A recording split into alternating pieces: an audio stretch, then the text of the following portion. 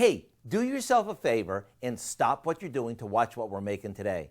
I say this because it's probably one of the most popular and most loved Mr. Food Test Kitchen recipes of all time.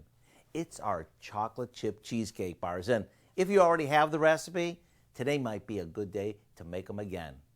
First, to make the filling, we simply beat together some cream cheese, eggs, sugar, and vanilla. We'll set that aside while we cut a couple of tubes of refrigerated chocolate chip cookie dough into slices.